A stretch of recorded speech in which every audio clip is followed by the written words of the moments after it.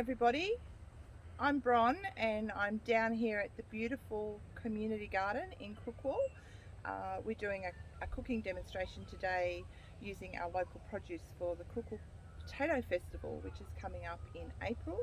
And today we're going to be making a nice chowder using potatoes and corn that's been locally grown and harvested here in the community garden today. So we're going to use all Australian ingredients today. So the stock is Australian ingredient and our locally grown olive oil is also an Australian ingredient. And I'm just going to step you through using the chowder in making the chowder in the gardens by using a portable cooker, the gas barbecue. So I'm just going to turn that on a little bit and we'll pop some oil in the bottom of the pan just to get the bacon and the leek sauteing. So we saute the bacon and the leek nice and slowly until we get that not too coloured but just coloured enough and cooks a little. And whilst that, I might just put another little tiny bit of oil in that. A good plug.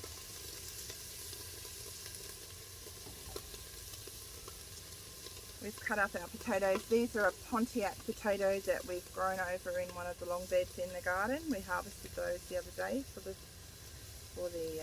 the recipe.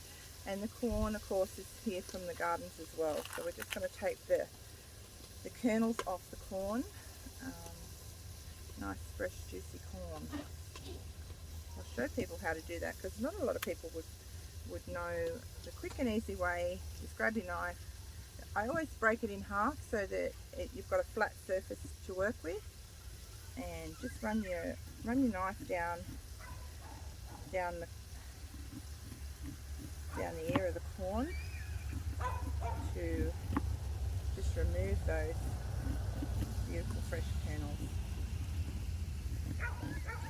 Pop in our chowder.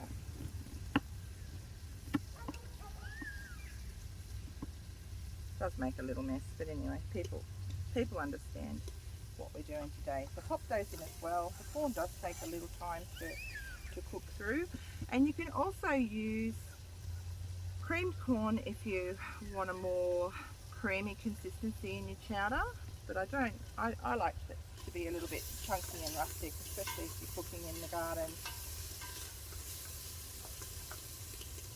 So with that, you can actually see how that's starting to change colour. The bacon and the leek is starting to colour on with the corn in there as well. I might just add a little bit more corn to that mix.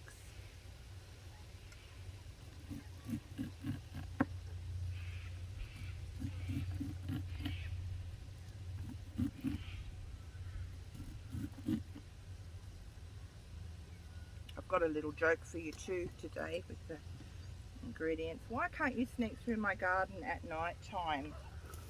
Because the potatoes have eyes and corn has ears, so they'll know you're sneaking around. Okay, so we'll give that a bit of stir through. Looking good. This is a really easy recipe and I quite often adapt it in other ways. If you want a vegetarian option, you can actually leave out the bacon and you can use the vegetable stock as well in this one.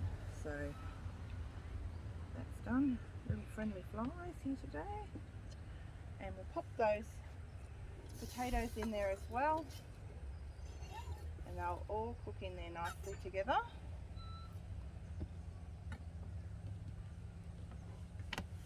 And like I said, it's a really easy recipe, this one, to use in the garden. It might need a little tiny bit more stock, and again you can adjust the quantities as you go. You might want to put more potatoes in, you might want to put a little bit more bacon in. I mean, a chowder, you can use anything in it as you go. So that'll just boil down there now nicely. It'll take roughly 20-25 minutes to come to the boil and simmer away there.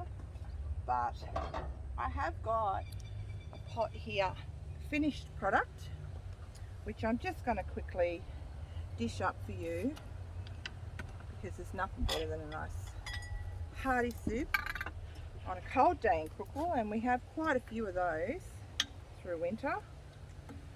This one I made earlier this morning, and you can see the consistency is quite thick and quite chunky, that one.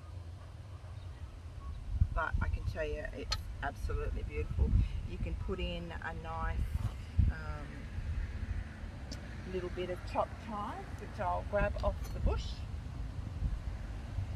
And another beautiful thing about having local produce in your garden is that you can quickly grab, you know, things that are available for you. You can do parsley, you can do chives, you can just throw that in on top, serve it with a nice fresh bread roll, and there you have a nice bacon and corn chowder in the local community garden for the Potato Festival in April. Over and out.